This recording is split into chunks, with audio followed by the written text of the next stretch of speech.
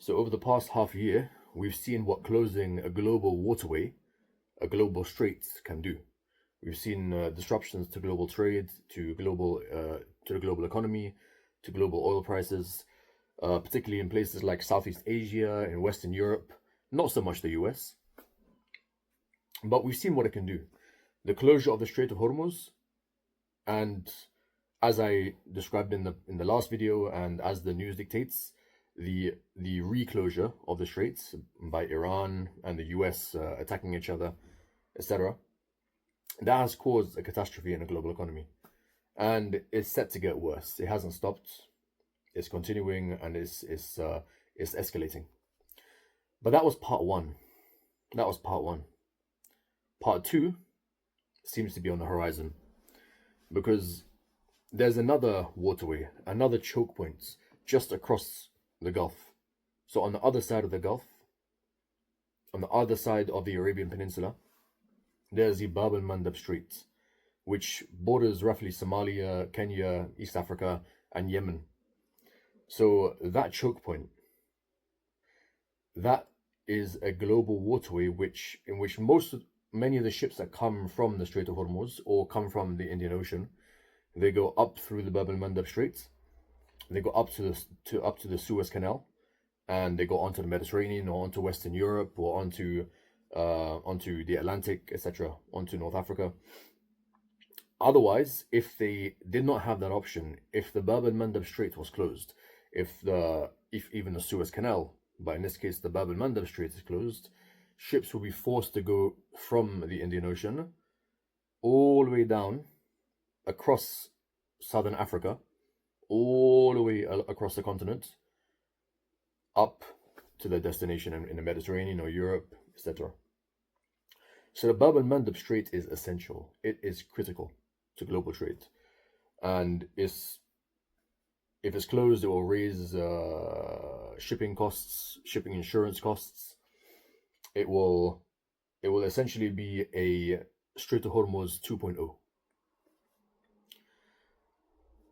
What Iran has done over the past week or over the past few weeks, it has instructed the Houthis in Yemen, it has instructed its proxy militia, the Houthis, as they call themselves, Ansar Allah, in Yemen, to close the Bab el-Mandeb Strait, or to prepare to close the Bab el-Mandeb Strait. They have warned the Houthis that if the US attacks the Iranian power grids, the Iranian electrical grids, then the Houthis should close the Strait of the Bab el-Mandeb Strait. That has been kind of done before. The Houthis have fired ships in the past in Bab el-Mandeb Strait, and there was a whole crisis a couple of years ago because of that, and ships were actually forced to go down, like I said, to go down across southern Africa and go up across the continent. So that has been seen already, but that was unofficial. That was a taster. So what if we have that on full scale, like the Strait of Hormuz, or worse? What if global trade is choked at both points of the Arabian Peninsula? That's a possibility.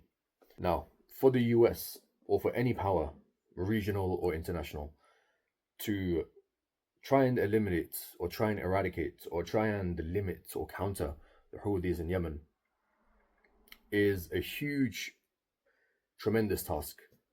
We saw what happened when Saudi Arabia itself went in 2015. It intervened in the Yemen civil war, and it tried to push the Houthis back across Yemen, across Hadramaut, and across the provinces to the outskirts of Yemen. It tried to push them back. That ended in failure, essentially. That ended in what we have today. A relatively strong Houthi presence in Yemen, a strong Houthi governance system, a strong Houthi occupation, you could say, in Yemen, and hundreds of billions of dollars in Saudi arms sales, in weaponry, in operations gone to waste. Hundreds of billions of dollars, about 4, 5, 6 years down the drain. The Saudis were unable to push them out. And some may say that it's Saudi military incompetence, etc. A lot of people have criticized the Saudis themselves and the military. But I would say it's not just that. it's a whole different ballgame. Yemen is a whole different ballgame. I don't think it's just because of the Saudis. Yemen, like Afghanistan, northern Yemen, like eastern Afghanistan, is a mountainous terrain, is a very mountainous terrain. It has been always hard over the past decades. Back in the 1960s, in Imamate wars, and in the following decades, it has consistently been a challenge for military powers to try and push out rebels out of the mountainous region. So there's that. Saudi Arabia failed over half a decade. The US itself has launched airstrikes in Yemen over the past few years, and even they have not succeeded in actually pushing the Houthis back. They succeeded in halting some of the attacks on the ships, but even they have continued, up to date. Even they have continued. The US has not been able to counter the Houthis to such an extent that they have been able to stop the Houthis. Granted, they have not conducted a full military operation in Yemen. They haven't had actual boots on the ground. But the fact of the matter is, if they are struggling in Iran with airstrikes and with potential for boots on the ground in Iran, if they are struggling with that, Yemen is a whole different ballgame. A whole different ballgame. The Emirati struggles. The Saudis struggled. The regional forces with massive defense budgets, they struggled. And with international support, coalition support, they struggled to push the Houthis out. The Houthis are wouldn't call them a power, wouldn't call them a global power, but the Houthis are a very stubborn, a very motivated force in Yemen. So for any coalition or for any power to push them out is a task in itself. Whether it can be done or not, that's a whole different question. That's a military analysis, which we can get into later, but not for now. So if Iran is serious in its threats to close the Bab el-Mandeb Strait, if the US does escalate attacks in Iran to such an extent that Iran says to the Houthis, for certain and decisively close the Bab el-Mandeb Strait, then we will see a rise in oil prices, a shock in the global markets, which we have not seen till date. We will see the delay and slowdown of global trade and global oil transports from 3 months to reach Western Europe to possibly 4, 5, 6 months, because they would have to go across the Cape of Good Hope and up through there. It's a disaster. It will be a disaster to global trade. It will be a disaster to the US mission in Iran, and it will just exacerbate the entire situation even more than it already is.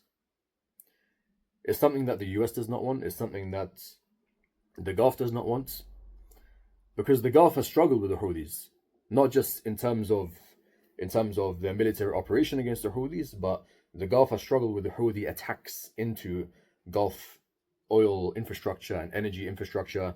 The Houthis struck Saudis, they struck the Emiratis, they struck other sites in the Gulf. The Gulf states do not want that. The Gulf states have, over the past few years, have had the policy of, we are not going to take any step against the Houthis until or unless the US takes that. Because we tried for the past 5 years. That's their reasoning. We tried to counter them. We have not been able to stop them. We have not been able to move against them in an actual fundamental serious way. So until the US or until a global coalition actually does so, we're going to hold back.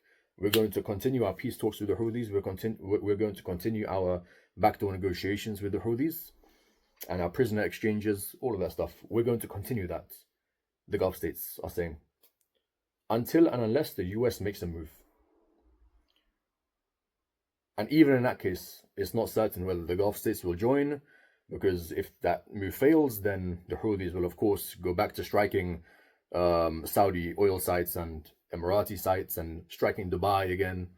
So for the Gulf states, it's a huge, tremendous risk that they will not take unless the US or an international coalition goes in first.